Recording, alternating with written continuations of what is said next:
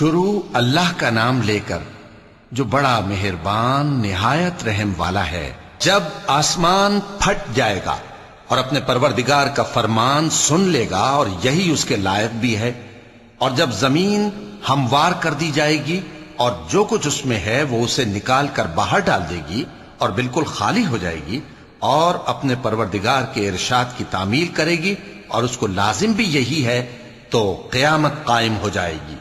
اے انسان، تو اپنے پروردگار کی طرف پہنچنے تک خوب تکلیف اٹھاتا ہے، پھر تو اس سے جا ملے گا۔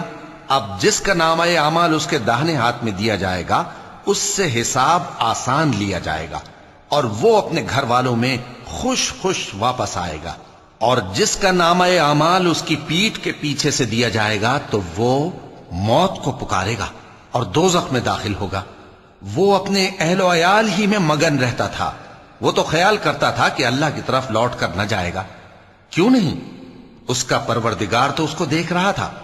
سو میں شام کی سرخی کی قسم کھاتا ہوں اور رات کی اور جن چیزوں کو وہ اکٹھا کر لیتی ہے ان کی، اور چاند کی جب وہ پورا ہو جائے کہ تم لوگ درجہ بدرجہ ضرور چڑھو گے۔